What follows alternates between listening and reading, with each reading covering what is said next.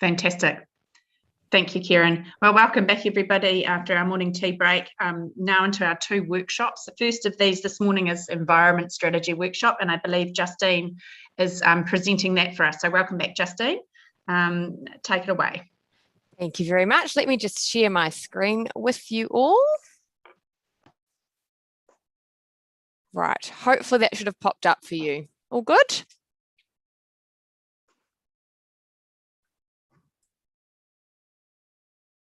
Sounds good. All right. Let's get cracking. Oh, sorry about that. There we go. My mouse just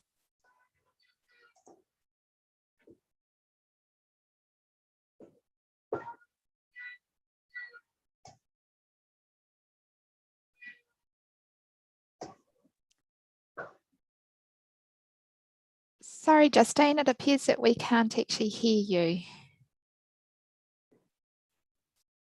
try again. Is that better? Fantastic. Thank you very much, Sally. Sorry about that.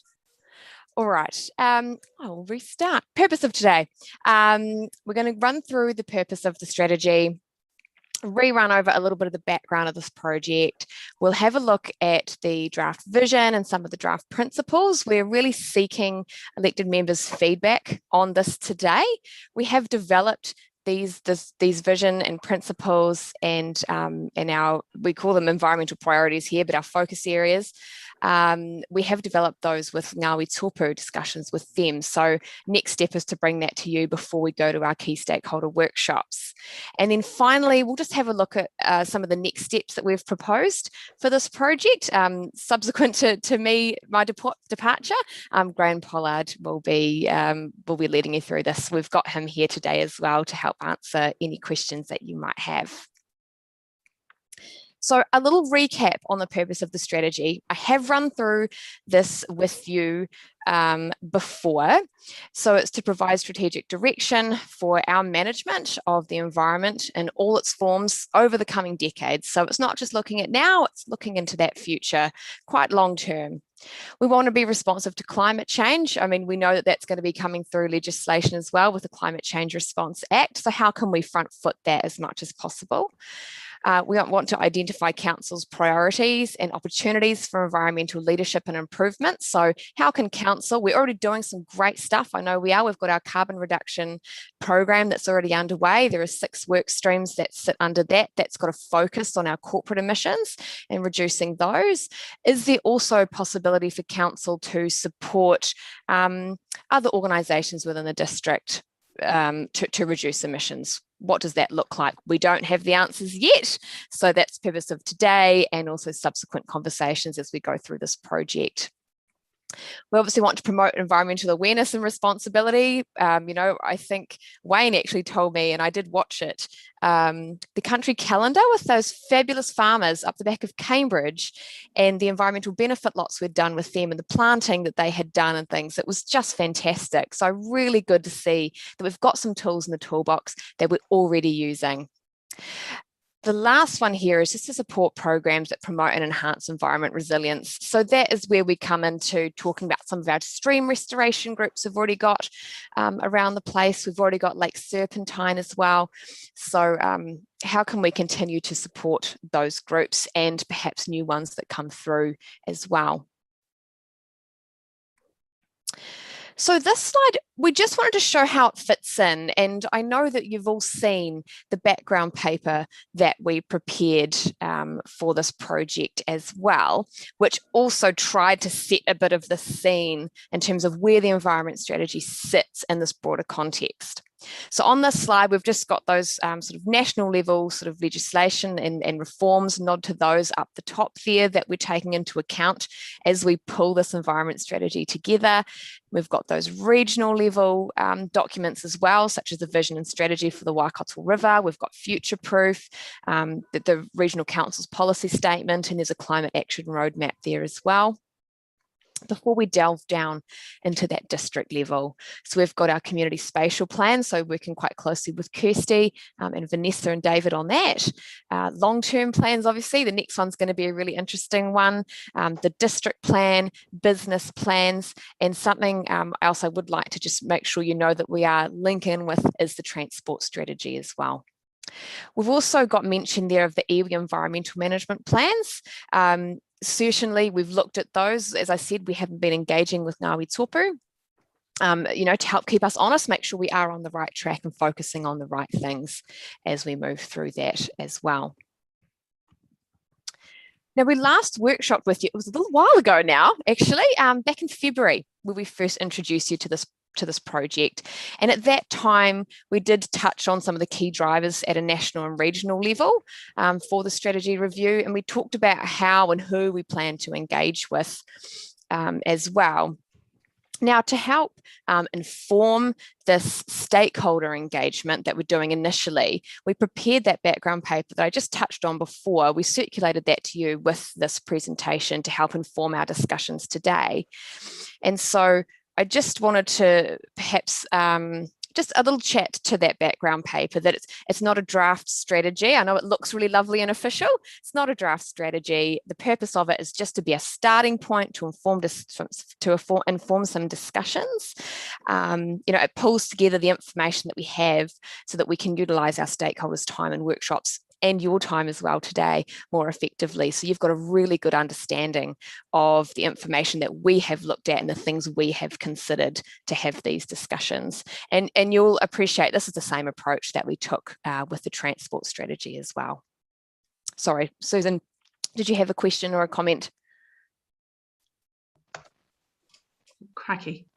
Can you, oh yeah, just going back a couple of slides to your district level, regional level, national level plans, just wanted to flag that actually, given that a significant amount of our district is rests in the hand, an environmental space rests in the hands of private, usually farming rural people, it's important to note that there are farm environment plans that each of those farm owners will actually also have, and the next sort of step in terms of the government's expectation is the creation of what are known as integrated farm environment plans. Okay. So that encompasses a broader catch-all kind of umbrella, if you like, of plans from sort of health and safety right through to employment, how you deal with employees. But there's certainly a component in there for farm environment plans. So I just want to flag that because my sense in this discussion is there's quite whilst there's a touch on the activities of the agri sector and rural people, I suspect there's not so much of an understanding around what they're doing in this space. And I think it's really important to include that and give credit where credit's due in that space. Oh, absolutely. Thank you so much for raising that, because you're right. Graham and I don't necessarily have that knowledge. And so, Councillor Reagan, it was great that you were able to bring that to us. And that's exactly the sort of thing we want to talk about today. I know that Federated Farmers, for example, is one of our key stakeholders that's been identified as well through this project. So we look forward to engaging with them further on this. Justine, could I just ask a question while we're on that slide? Yeah. Because I did notice that at the national level, like the Treaty of Waitangi isn't there. Oh, thank you. Yeah. Yes. Yep. And I'll make a note. I don't know whether or not the UN Declaration on the Rights of Indigenous Peoples is also relevant, because it's slightly different to the treaty, but it was ratified last year, I think. So we do need to, it might have implications. Oh, absolutely. No, that is fantastic. I'm just making a note here so that we can make sure we include it in future discussions and documents. Thank you, Councillor St. Pierre. And then at the regional level, I thought Susan raised a really good point, but and there's also catchment groups as well. I can understand the regional council has now organised its committees around catchments and things. Catchment groups. But I wasn't sure whether or not it's sort of under either the strategy for the Waikato River or the regional policy statement as well. It might sort of be covered in those. Yeah. I've made a note anyway, so we can always have a look. Cool. Thanks. No, that's great. Thank you. Any other questions on the slide, and then then we've just about finished the next background one. Any other questions on this one? No? Lovely. Great. So back to this one. So we're talking about the desire to redevelop the strategy in partnership with Mana Whenua and with iwi. As I said, we've been very lucky. We've been working with Ngāwi Tōpu quite closely over the last few months on this project. As I said there, and have touched on earlier as well, on that draft vision, the principles and the environmental priorities as well. In terms of engagement, just touching on that quickly, we're really keen to involve our youth. So Enviro Schools, we know we've got quite a lot going on in that space. Obviously our chambers of commerce and community boards will be involved, and we've been working across the organisation to identify community groups as well that we can get involved in that. Justine, yeah. Sorry to interrupt again. Like the other youth groups might be like high school students or university students. So I understand the Enviro schools are just primary schools. Is that right or not? Yeah, absolutely. And that's something Graham and I have been talking about, as approaching the schools, and, you know, I think we've probably have to let the schools to just decide which students could engage with us. Maybe they have some head students they'd like to send along. We're not quite sure the shape that's going to take, but absolutely it is trying to get that that big age range of the youth. Absolutely. Yeah, and then like with uni students, like I know there's a lot of people that are living, you know, in our district that are especially doing earth sciences and stuff like that, and whether or not we've got a contact at the university where, or even Wintec, where we could get it put out that we're looking for people to be part of you know, some kind of engagement group that they might like to have some representatives on or something. Yeah, that's a fantastic point as well. Thank you. I've made a note of that. Sorry, Graham, did you have something? Yeah, I was just saying it's brilliant. Yeah. And in this day and age, of course, we're not quite sure whether we can meet physically or not. We can still do online conferences. We just need to get our heads around doing it.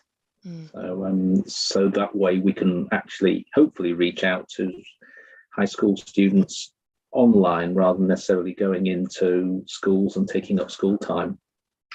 And it might appeal to them too, because some of them might be challenged about travelling, you know, getting transportation to meetings and things like that. Yeah, exactly. Yeah. It's a case of finding the right platform for doing it for young people. They might not be using Zoom. They might have a different platform. So that's one of the things I want to be looking into, is just how best we can do this. Yeah, absolutely. Sorry, Graham, just on the uni thing, like with my work with Mount Pirongia, we've got a contact at university, the Waikato University, with the Science Students Association. Yeah, and that might be quite a good lead in or something, because obviously it's a broad topic, science, but it probably would cover those sort of study streams that would be interested in getting some, you know, representation from. Yeah, and of course there'll be a lot of students on other subjects as well for whom this is very important, and we don't want to miss them as well. Well, yeah, and like another contact might be Dr. Bruce Clarkson. You know, he's a very well respected botanist and environmentalist. Yeah, definitely. And they're doing the Bachelor of Climate Change starting next year as well, offering that degree at Waikato. So yeah, I think there's going to be some really awesome people that we can tap into there for this as well. All right. Just this is the last background slide, I promise. So just touching on the 2010 strategy, basically we reviewed it last year after 10 years of being in existence, and so obviously this new strategy sort of redevelopment is underway. We did notice that the 2010 strategy really needed an action plan and some community engagement to just make sure that we actually do things. You know, we obviously have some BAU stuff that's already happening, but you know, as with the UDP that we just talked about this morning, it's really good to have an action or an implementation plan as well, for us to be able to pick up and go, oh yeah, well, that kind of aligns with our timeframes. And yes, we said we'd be doing this, so we can make sure we put that into subsequent LTPs. And the other aspect there about community engagement, if people don't know about it, they can't be enthusiastic about it or want to help us with it. So, you know, how do we kind of spread that word? And yeah, basically the strategy needs a bit of an update. We're talking, just touching here on climate change. You know, that's become a really high priority issue, not just at our level, but obviously globally as well. We've got the national policy statements that are already in existence on, you know, freshwater and urban development and coastal policy and renewable electricity generation. So those all kind of tie into this. And then we've got some proposed NPSs, obviously, on Indigenous biodiversity and highly productive land. Mayor Jim, I see you've put your hand up. Better take the mute off. Hey, yeah, look, hey, thanks for that. And look, it leads into a comment I was going to make on the vision. Your comments about making sure people know that we've got an action plan and we're actually doing something.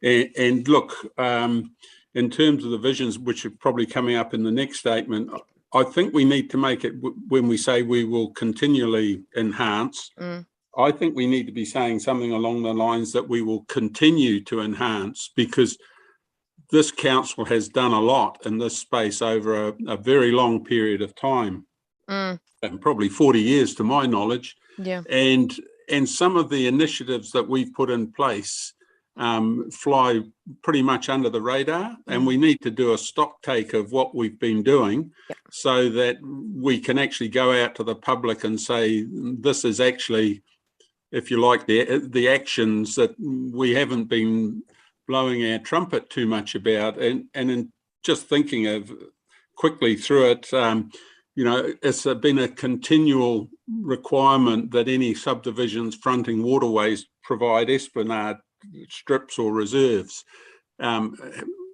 documenting those and stock taking those. Our environmental benefit lot provisions are pretty unusual across the country, but they will have led to quite a significant amount of additional reserves and QE2 covenants and those sorts of things.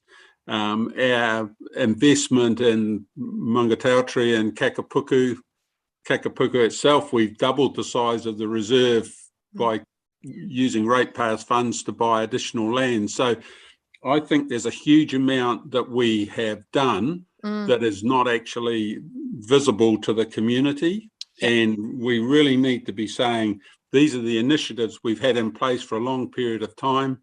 And this is what the outcome has been. And possibly this is what the council spent. But do we carry on with those initiatives, build on them, or do new initiatives? But I definitely think we need to be very clear that we have been in this game for a very long time, and this is not a new strategy. Yeah, absolutely. No, those are really good points. Thank you so much, Mayor Jim. And you're right. Yeah. Claire, you've got your hand up there. Yeah, and I totally endorse what Jim said, actually. My question, actually, though, is to do with where does like climate change is sort of a broader topic than environment, or there's overlap, but there's also stuff that isn't quite fitting there. And I did raise it at one of the workshops when you proposed to refresh the environmental strategy.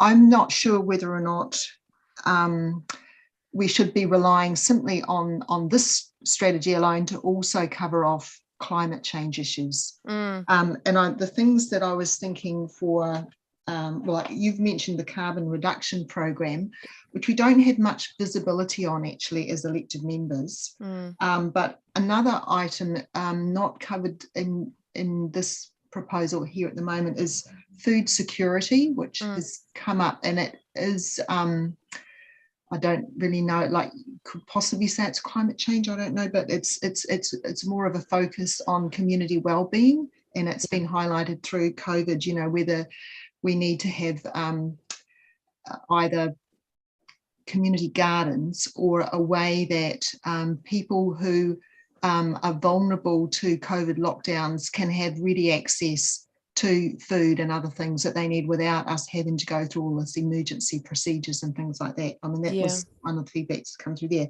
And then the waste minimisation and circular economy isn't so much environmental, I feel. It is more climate change, but Yeah. So I'm just looking for a bit of clarity or a bit of guidance from you, Justine.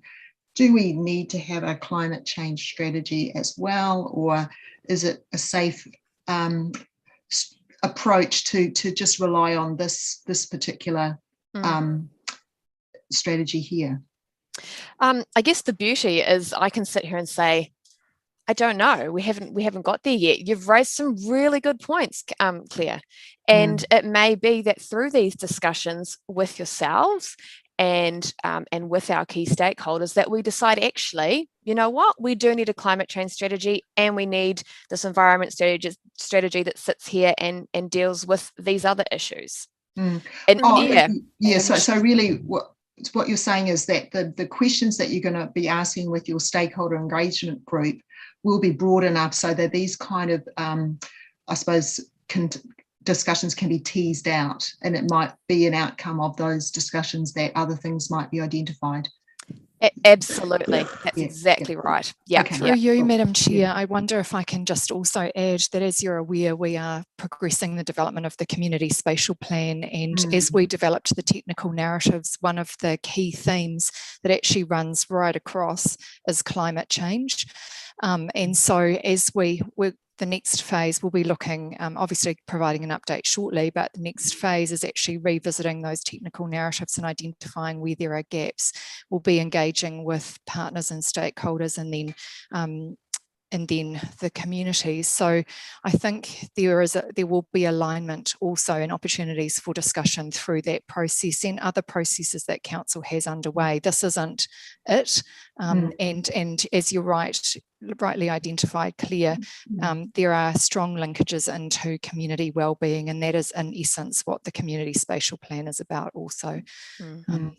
So I guess, I mean, that's really good to hear. I guess what we're identifying is that there's a lot of interconnectedness between, these various documents, and just making sure that it all makes sense and integrates well, so that there's not too much duplication, or people can understand what fits where and how it all works together.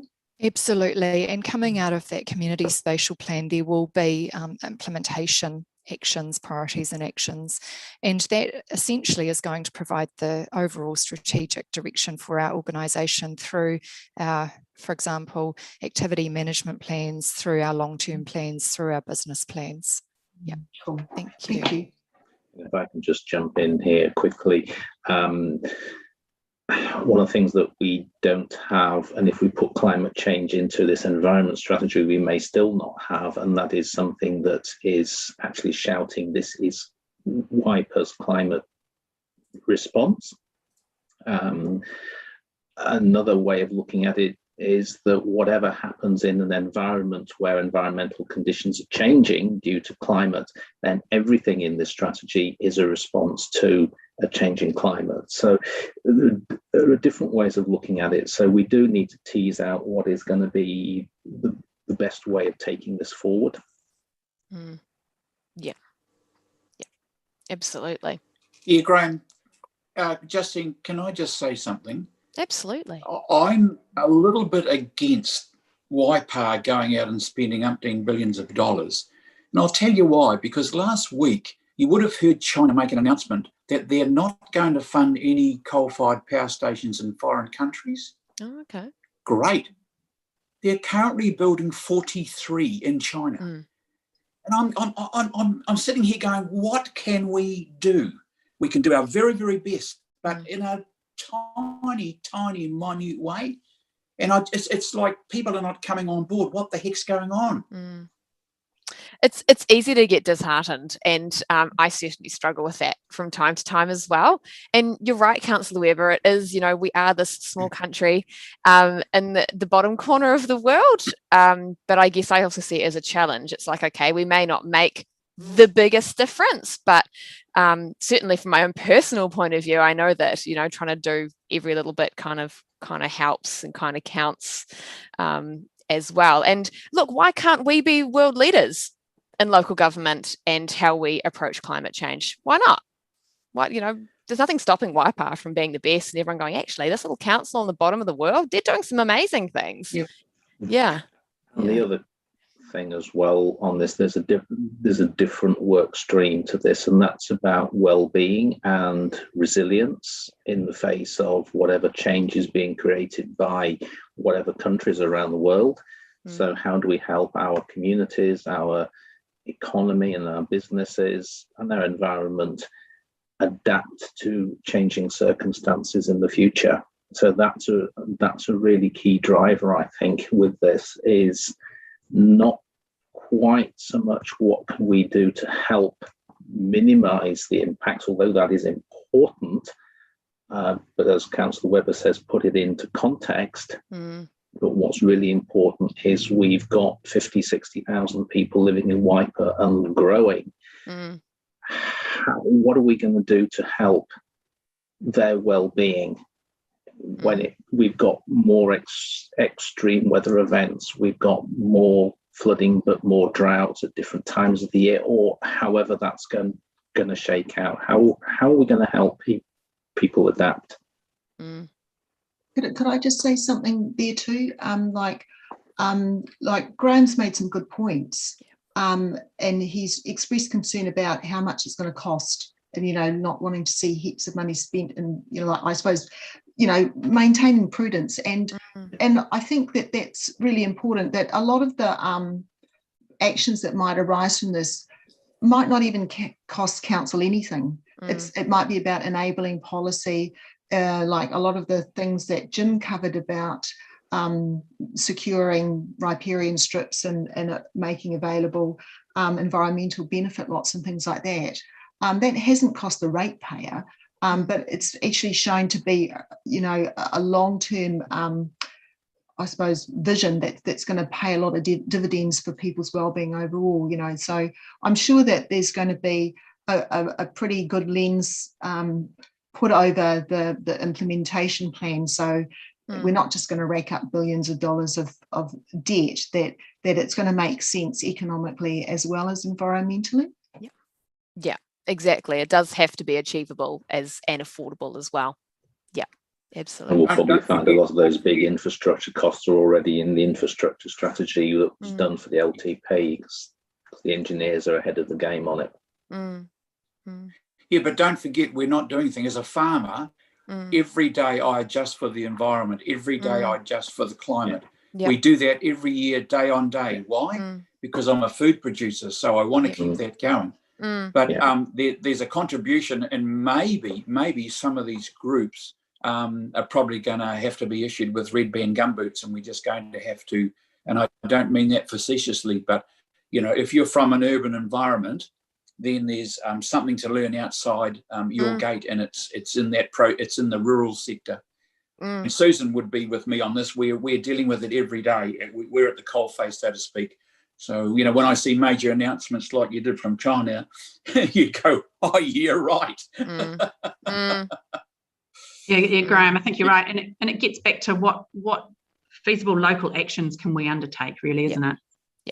Yeah, and I think just quickly, Graham, in terms of your comments, and I know that it makes the media, but in terms of their carbon footprint per head of population, I would say the developing world, China included, but when you look at Africa and places like that as well, South America, although there's development of power stations and all of those sorts of things, their per head of population of carbon is still lower than we are in New Zealand. So in effect, we can't stop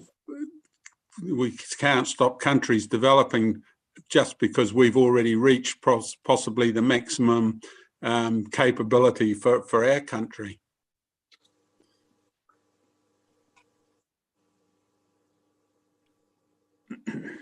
So, Justine, did you want to carry on, or anybody have? I can't see anybody. I was going to say, I haven't seen anyone put their hands up to have any further discussion around that. So if everyone's happy to. So the vision here, which I've already had some feedback from Mayor Jim, that we change continually enhance to continue to enhance. So I've jotted that down on my little notes in front of me.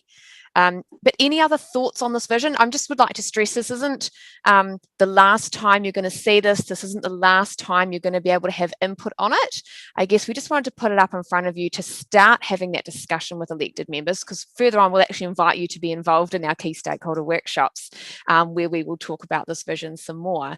But as a sort of a starter for 10, we'd love to know sort of any first impressions that you might have. And I know Mayor Jim's already provided his. Well, can I beat Claire to this one? Because I've seen this several times and it's just jumped out at me. There's a wrong apostrophe on the first line. Oh. Is it after communities? There shouldn't be an apostrophe. No, it's with its diverse communities. Yeah, when it's possessive, it doesn't. Apostrophe. Yeah, when it's possessive, it doesn't have the apostrophe. Yeah. Yeah. So You go straight to your room, Graham. I'm in it. I know. Could I just make some comments on the statement itself? Yeah, I mean, it does capture what's intended, and I'm not proposing any changes, but the whole idea of it is that our broader well-being, whether it's social, cultural, economic, it is underpinned by environmental well-being. Yes. Yeah. So I don't mean that has to be changed, but I mean that's sort of the realization that our generation is coming to, that we can't just ignore the environment in the pursuit of particularly economic well-being, because in the end, the whole system needs everything to be functioning well. We certainly tussled with do we specify environmental well-being in there? And we don't have the answer. We haven't put it in because we weren't sure if it would look a bit funny or sound a bit funny and things like that. So, but yeah, totally take your point, Claire. And in fact, my preference is the terminology Maori rather than environmental well-being, because that's the life force, that's the vitality that's behind all living systems, whether they're what we see as the natural environment generally or people, So, but I guess there's a bit of a reluctance to use that word in this vision statement. Yeah, we are going to be provided with a Whakatoki to sit alongside this vision and the strategy as well. So Ngāwi Tōpū very kindly offered to provide us with a Whakatoki. I'm not sure what that's going to be. I've left it up to them. So yeah, that's perhaps something to bear in mind, is that will sit alongside the vision and the final plan as well, final strategy as we move through. Justine, I think it encapsulates pretty well, subject to that suggested change by Mayor Jim. And I understand what you're saying, Claire, but I think that kind of is implicit, that whole environmental well-being and health in the whole statement. So I'm comfortable with the way it is, subject to that change. That can I just say a word? No, yeah, I can't see anybody, so just yell out. Just a thought after listening to Claire and everybody, just in the draft, just come down and we'll continually enhance the natural and built environments that will provide intergeneration. So put the word will in there. I don't know what you think of that, Justine, but that links to a little bit of what Claire was saying, and it links to a little bit of what our conversation has been today. So if you think of it, you're doing by enhancing the natural and built environment will provide the intergenerational. Yeah, I've made a note of that there, so I can amend that, Councillor Brown. Thank you. Yeah, and you're right. It's that kind of encouragement, isn't it? It will be doing something. Yeah, I like that. That's awesome. Right, no other last comments on this one, and then we'll pop over to our. I'm just mindful of time as well. Over to our principles. That's all good. 3, 2, 1. No, you had your chance. Oh no, now my keyboard's not going to work. There we go. So again, same as the vision, and that these are still draft. We will still have opportunities to discuss these Further in the future, they're not set in concrete, but in terms of principles, we mean by that are guidelines that help to shape decision making and implementation. So these are kind of our guidelines we'll refer back to as we move through this project and we start getting to our implementation plans and action plans and things like that. You know, how is it fitting in with partnership and diversity, for example, or participation? So you'll note there we've got the 3 Ps from the Treaty of Waitangi, partnership, participation and protection. That was, again, these were put together in partnership with Ngāwi Tōpū, and so really appreciated their input on this and them outlining those 3 Ps to have involved, to have as principles, I guess. So we want to sort of gauge, your comfort with these. What do you think of them? Can we take these to key stakeholders and have a workshop with them and get their feedback, I guess? Yeah, Justine. And I suppose it's to do with the partnership aspects. But going back to the document that you sent out with this and the working in partnership, there's a wee sentence in there that maybe I got a little bit of difficulty with.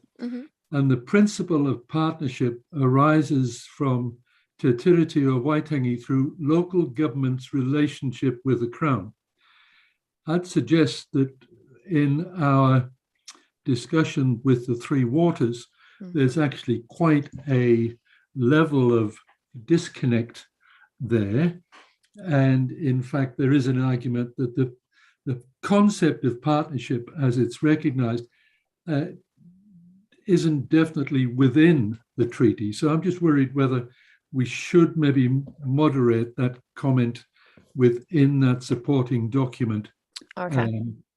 Just Justine, I wonder if I can respond to that, please.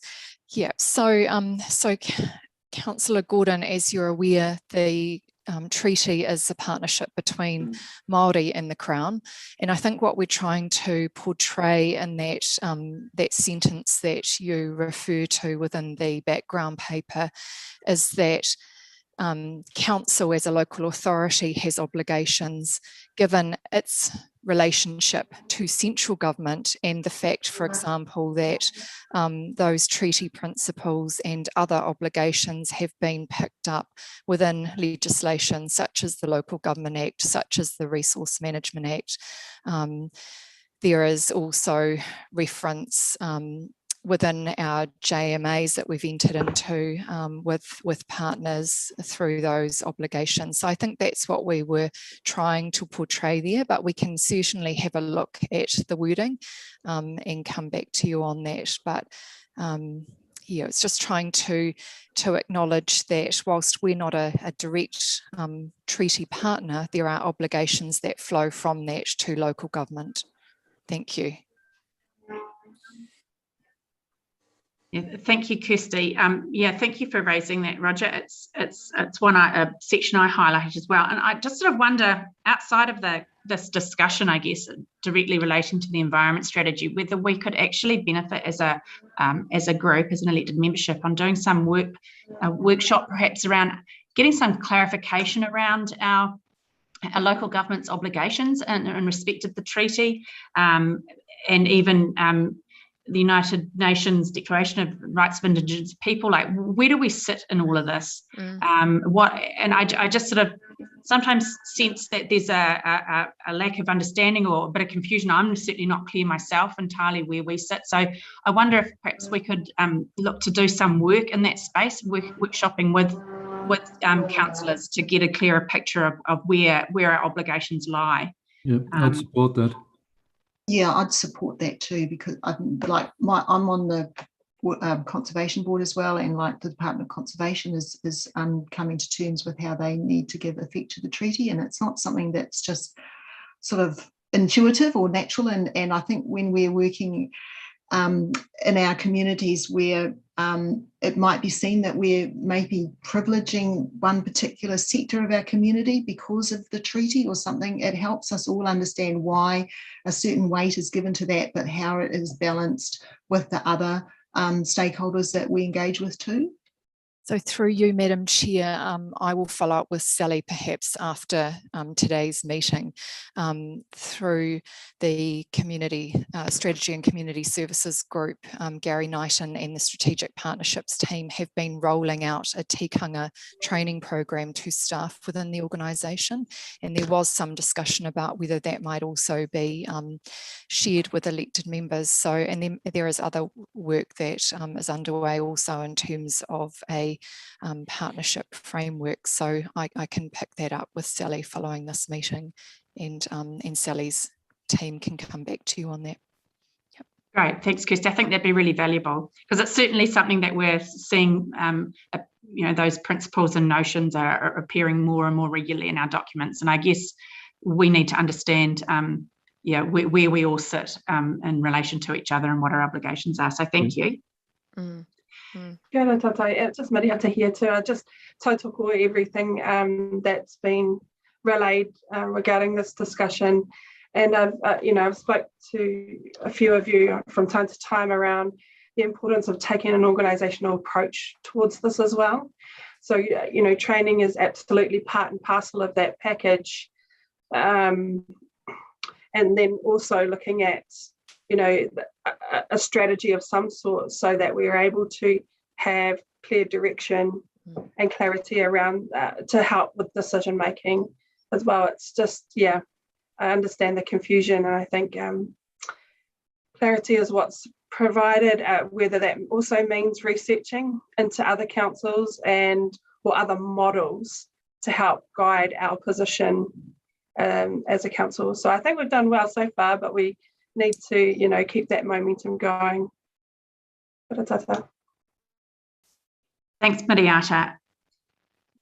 So were there any other comments on these? I mean, did you want specific feedback about the discussion document, Justine, and some of the actual paragraphs, or what sort of status is this actual document going to form going forward? Yeah, so the background paper itself, the next steps for, I guess, is we certainly welcome feedback from you all if you would like us to tweak before it goes out to key stakeholders to inform our stakeholder workshops. So, we've had this really awesome conversation about, local government's obligations under the treaty, and how is that reflected in that background paper? Do we need to tweak some of that wording? Sounds like we do. So I guess that's certainly something that we would welcome from you. And we provided that background paper to help inform. So when we sit here and we have this list, for example, in front of us of principles, the elected members understand what sits behind those in that background paper. So you can look at that and go, oh yeah, the 3 Ps from the Treaty of Waitangi, how does that kind of fit in? Prosperity and harmony, what does that mean in this context? So it's about context setting and scene setting, but certainly welcome feedback, and we want that background paper to be in a form that elected members are comfortable to have circulated to that to those external key stakeholders. Absolutely.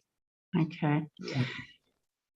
I have some suggested changes, and absolutely. And on page 8, the partnership and diversity section, I'd be really keen to have an inclusion of wording that after the sentence about, where does it start? In developing the environmental strategy, Council will value and celebrate the uniqueness of knowledge, cultures, histories and languages that have been created and shared since the arrival of the Tainui Waka. I would want to, would it be appropriate to insert of Māori and non-Māori alike? Because we have quite a diverse cultural offering in our district, and I think it's really important to acknowledge that. Absolutely. Yeah, we can absolutely do that. Susan, what page is that, please? Oh, sorry, I'm on page 9 of our agenda, and it's page 8 of the environment strategy, and it's the top bullet point, partnership and diversity. I think it would be particularly useful through you, Madam Chair, if any amendments that anyone has, if you can email them through to me, rather than Justine, because Justine won't be picking them up. If you email them through to me, then I can work on on those and make changes to the background paper. It's going to be certainly a lot easier than trying to do it through this workshop. Yeah, look, I'm more than happy to do that, Graham, because I've got quite a few, and it's probably a better use of everybody's time doing it. But that's an invitation to everybody. Could I just pick up on what Susan said? Like, I think what she's trying to do is get a principle of inclusiveness. Is that because inclusiveness, isn't. I mean, you've got participation, but not inclusiveness. So maybe, yeah, is that the point you're making, Susan?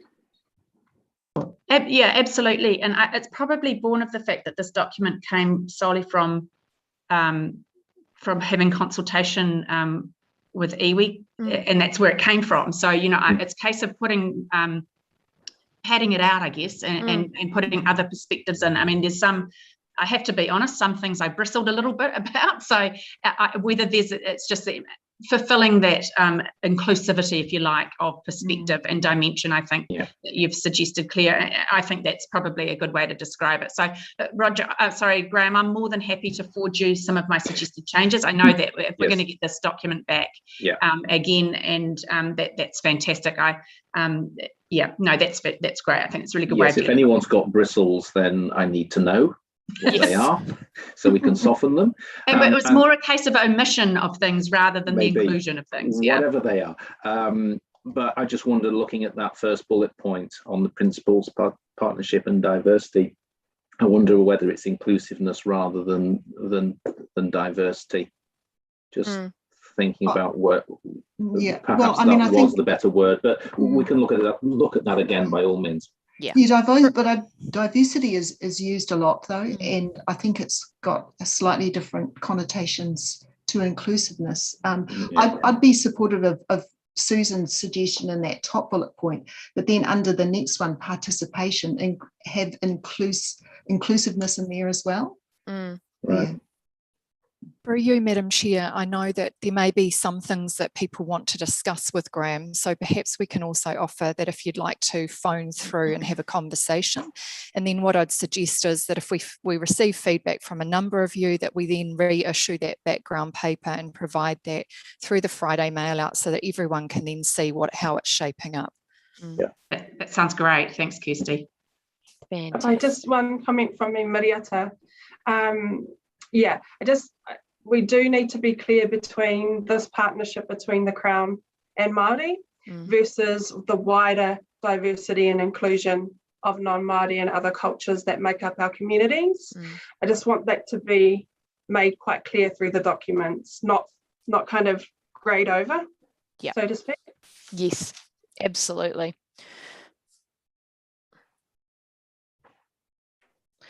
All right.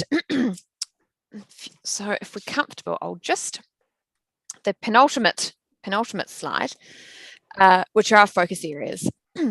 And again, just the same as the vision and the principles, not set in concrete.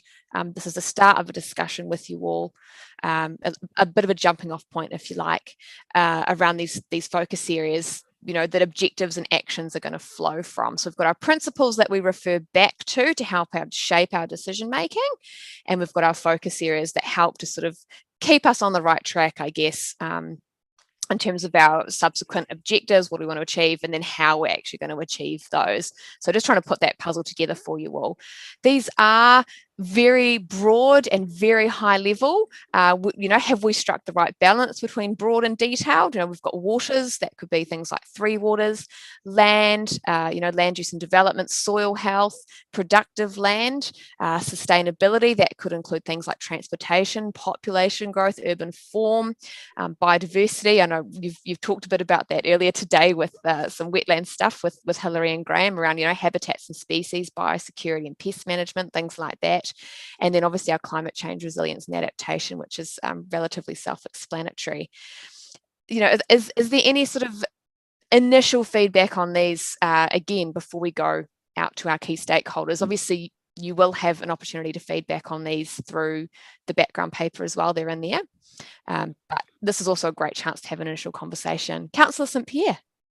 Thanks, Justine. I like the focus areas you've got. I was going to suggest another one, and that's to do with financial or economic instruments, incentives, like ways that we can look at innovative ways of approaching the implementation of it so that it's affordable, or, you know, as an example, well, we've already had the environmental benefit lots thing mentioned by Jim. And with our wastewater treatment plants, when they're upgraded, they reduce our carbon emissions, or I should say greenhouse gas emissions, like by 88% or something. And that in itself, if we could get carbon credits for that, you know, it would reduce the cost to the ratepayers of those environmental improvements, you know, by 30 to 40% at least. It could even cover the entire capital cost of doing the work. And I think that those sorts of opportunities, I'd like to see those kind of opportunities be included in our focus areas, to acknowledge that it's going to cost some money to do some of these things, but actually there might be opportunities that we can hook into so that it's really affordable, or in fact it adds to the community wealth that we already have. Yes, that's a great point. Thank you, Councillor St Pierre. Totally agree. And I've made a note here about and economic incentives, or how do we keep it affordable and feasible as we move through. I know that Councillor Weber touched on that before too. Justine, Blue Brown. Just quickly, Justine, I'm just wondering, with your list here, you've got land, water, land, sustainability, biodiversity, climate change. What about the population increase? That, to me, is an area of focus that will impact on all of this as well. So I think that, you know, the proposed increase in population is probably one of those valid points that should be on that. Yeah, absolutely. And that's the thing. How do we choose what to tease out and what not to? And you're right, Councillor Brown. It's a huge opportunity for Waipa, but also presents a bit of a challenge in terms of management as well, doesn't it? Yeah, absolutely. Yeah, if I as I say, I look. Sorry, Councillor, go ahead. You go ahead, Greg. Oh, sorry, thank you. I was just going to say we've got 5 points here. Looking around the world at similar types of strategies, I'm getting the feeling that 7 seems to be a good number. So this is by no means our final list, and the environment strategy we've currently got from 2010 is similarly structured with 4 high-level themes and lots of other issues sitting underneath them, of which climate change is one of them. So this is potentially elevating that one because a lot's happened since 2010. So there are going to be lots of other subject areas sitting within these. And as you say, Councillor Brown, population growth may be the 6th one, not necessarily in order of priority, but some of the wording might change, but this is just our start for 5 in this case. All right, I haven't got anyone else putting their hands up, so that's great. Lucky last. In terms of next. Sorry, Justine. Yes. What about air? Because you got water, land, air. Yeah, that was something we actually had a conversation about. So I'm really pleased you raised it, Councillor Gower. Because we are trying to be careful about what is within us as district councils jurisdiction versus regional council. And it's quite a tricky line because we know that Waikato Regional Council is responsible for air quality. So do we specify it as a focus area and then undertake an action to work with them, to support them? What does that look like? And we're not quite sure. We don't know what the right answer is. So, you know, if you have a particularly strong feeling that you'd like air in there, then, you know, we'll take that on board. Absolutely.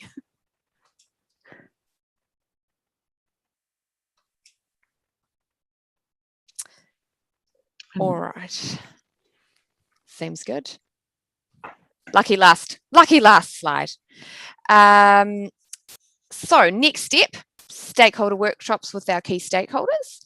And we would love to know if any of you, all of you, would like to be involved in those workshops. I know that we had some elected members come along to our transport strategy key stakeholder workshops, which was absolutely fantastic.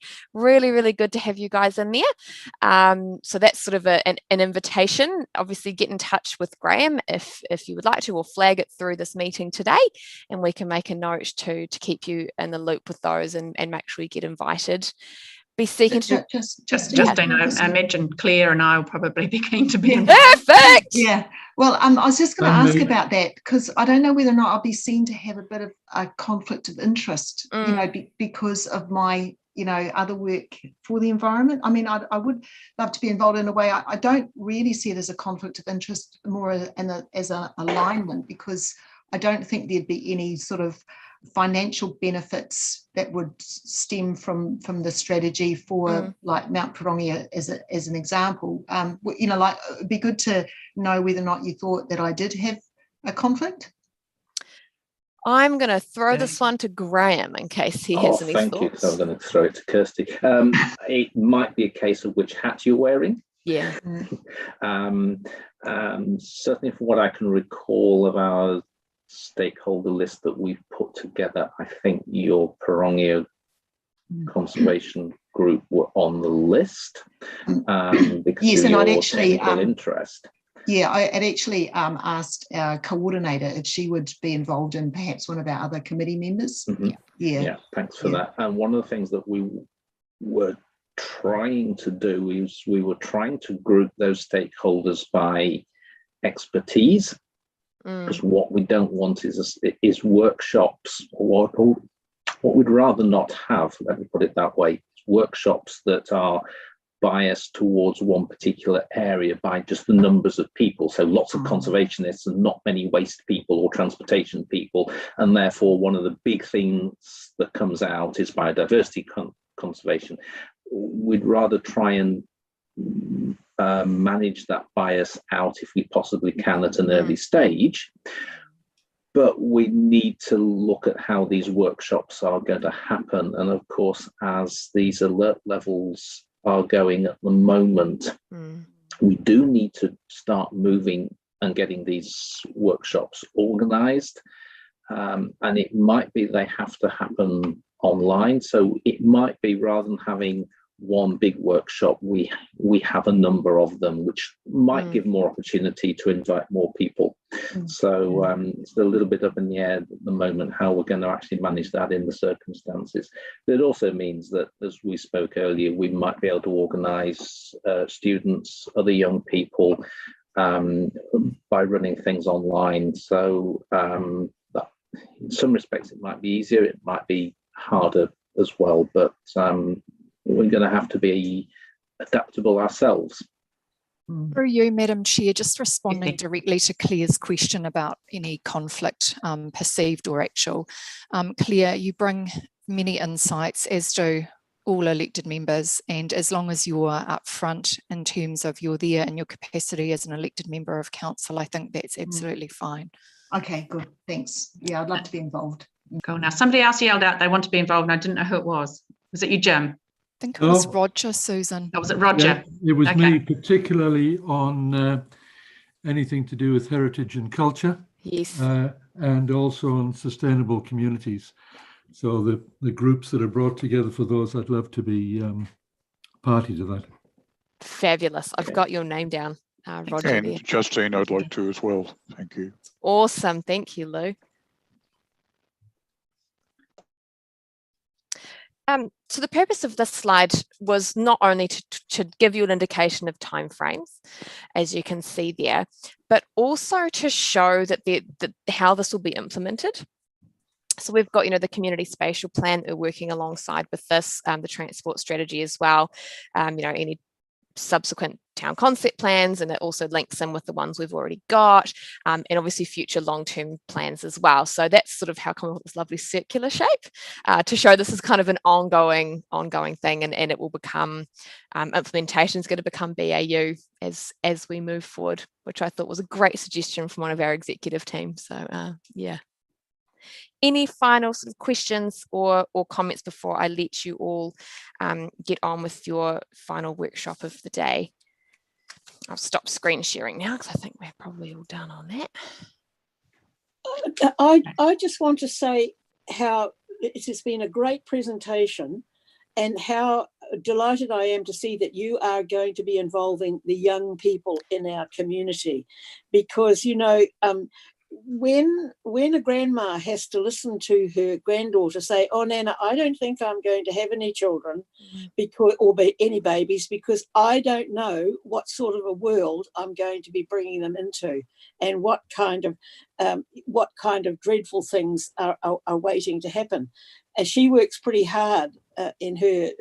She's in England, and so it has a different perspective, but that was what I was listening to you saying, and the young people to be involved in this and to get on with making sure that they create the world the way they want it in this environmental where we are at the moment. And so thank you very much for all the work and effort that your team has put into it, because that makes me feel I've got an answer now. You know, I can say to her, well, this is what's happening. Get back here to New Zealand and get in there and help and make it happen. That's when I will really start enjoying all of this, when I see a lot more making it happen. Absolutely. Thank you, Councillor Barnes. Does anybody else have a final question or comment to make to Justine and Graham on this item? No, nobody. Right, well, I think that's drawing that matter to a conclusion, and that is the last we will see of you, I believe, Justine. Best of luck, and no doubt our paths will cross again at some point. Absolutely, and huge thank you to you all for all of your time and effort and enthusiasm and passion. You're fabulous, and I will miss each and every one of you. I hope that my next lot of elected members are as awesome to work with as you've been. Good luck with whatever they you won't do, be, Justine. you can rest assured. Good luck. Cheers, Thank you. You've still got me though, so, and I look forward to your emails. No.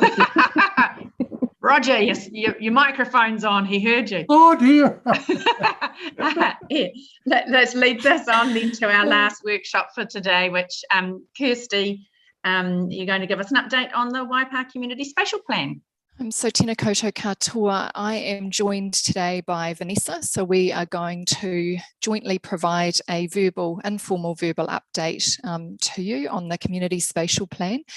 So you were provided with these couple of slides through Diligent, and they're really just a little bit of a guide for the discussion, which is going to take a few minutes just to provide an update. So I'll speak to the first item on governance. If you can just go to the next slide. Thanks, Vanessa. So you may recall that we last workshopped this with you back on the 7th of September, and at that workshop there was some discussion as to the role of elected members. Mayor Jim provided clarification that the role of the PCG was one of providing guidance and direction, acting as a sounding board, but that decisions would be made by elected members as a whole.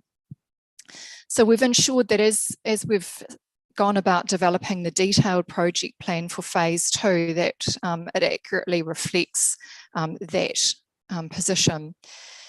We want to ensure that we keep you informed, and you will have seen through the Friday mail out that we've started providing you with project updates each week. Now, these are the same updates that are provided to the project team. They haven't been diluted or filtered in any way. And they're provided to you so that you have oversight as to how the project is progressing, that we are open and transparent with you. So they go into quite a lot of detail. You'll see the focus for the week that's been and looking to the week ahead. We're keen to hear from you, whether you find these helpful, whether you wish to continue to receive them, whether they contain the information that you'd like to see. In addition, we've also put a placeholder in as part of the Strategic Planning and Policy Committee meetings on a monthly basis between now and October 2022.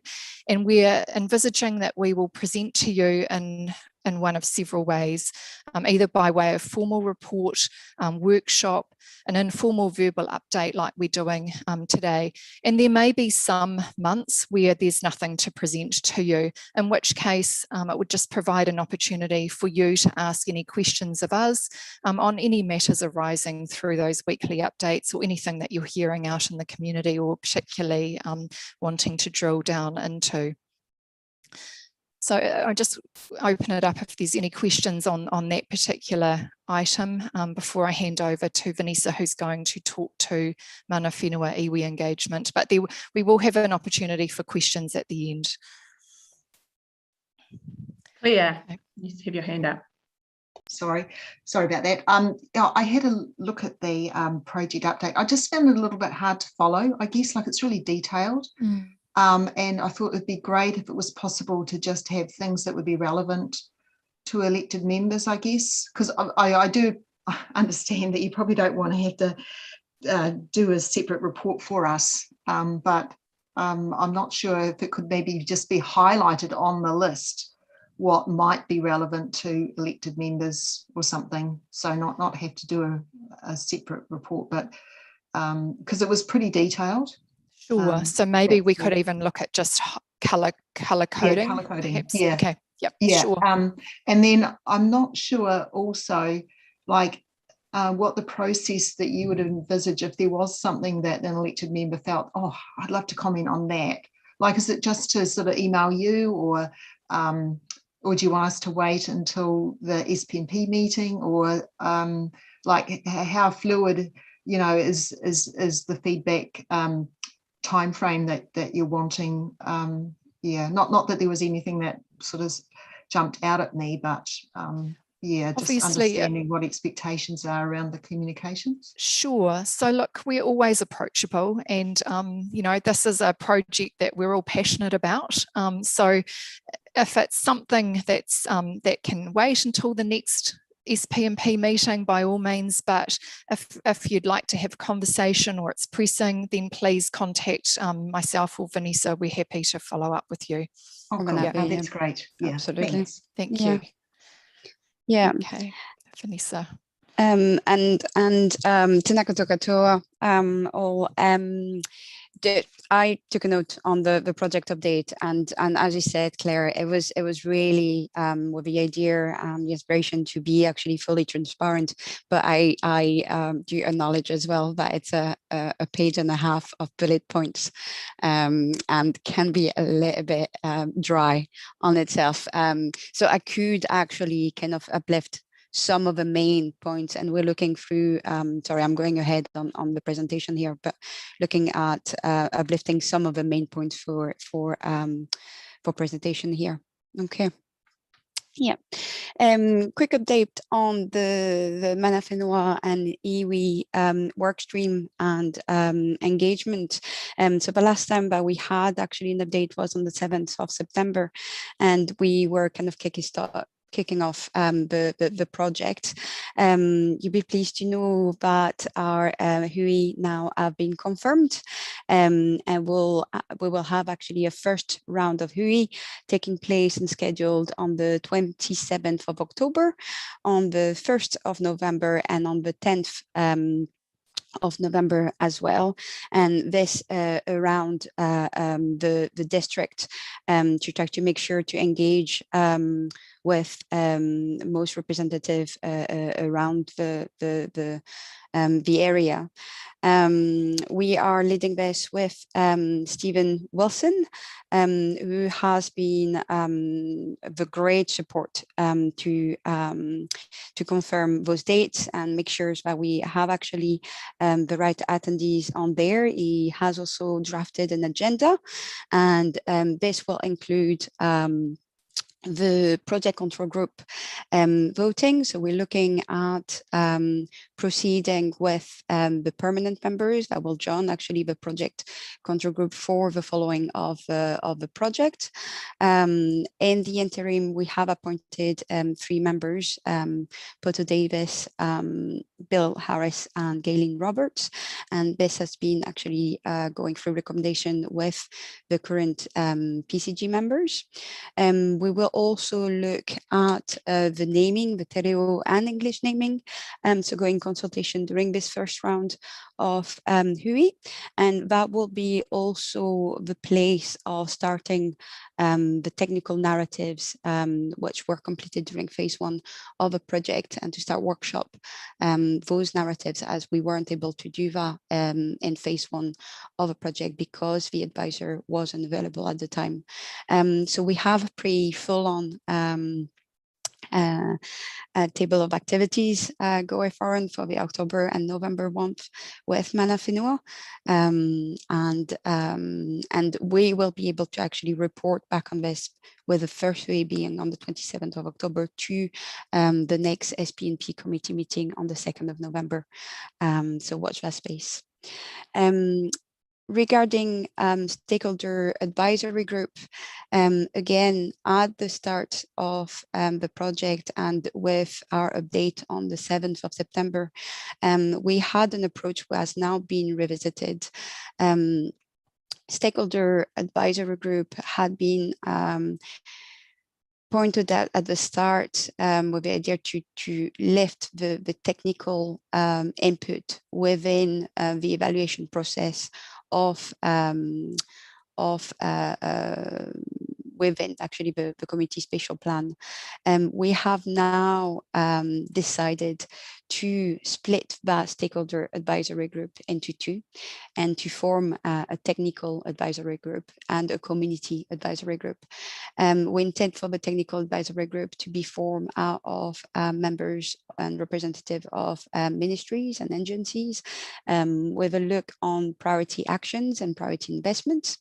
And for the community groups, we are still looking at finalizing the term of references for this particular group, but we're looking at a group of representatives that will make sure that we deliver on the community outcomes and community well-beings. So that will be more a group, a sounding board kind of group, making sure that we retain a focus on this, on those well-beings. As I said, the term of references for both groups are being finalized, and we're still working through the size of the groups and the members. And to note as well that we have started workshopping the community stakeholder advisory group members with our own community advisors, Gina Scott and Corinne Nagarange. And that's it on those two items. Is there any questions on those at this stage? Or Kirsty, do you want to add anything to it? People are just going to have to yell out because I can't see you if you have a question. It doesn't sound like there is any question from anybody. Kirsty, did you have any follow-up comments you wanted to make? No. You're on mute, my dear. Sorry, not on that. No, I think, Vanessa, we're good to move on to the next item, which is the next workshop. Excellent. Yeah. So as Kirsty outlined early on, we will have a much bigger, full-on, and hopefully updates to provide on the 2nd of November. We're anticipate to have actually a couple of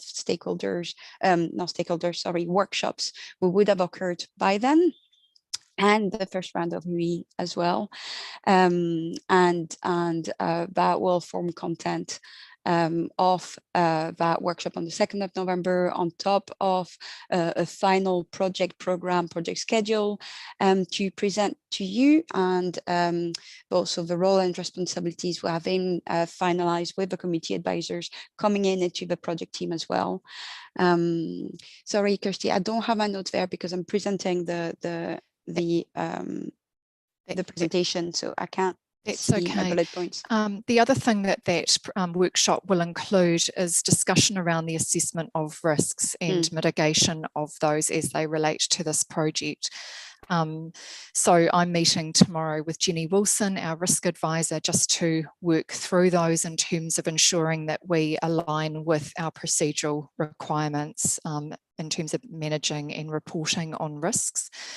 One of them that has been flagged and was included in the weekly update, we've raised it with the PCG, relates to the ambitious timing for this project and then how that aligns with the timing for the 2022 triennial local election in October.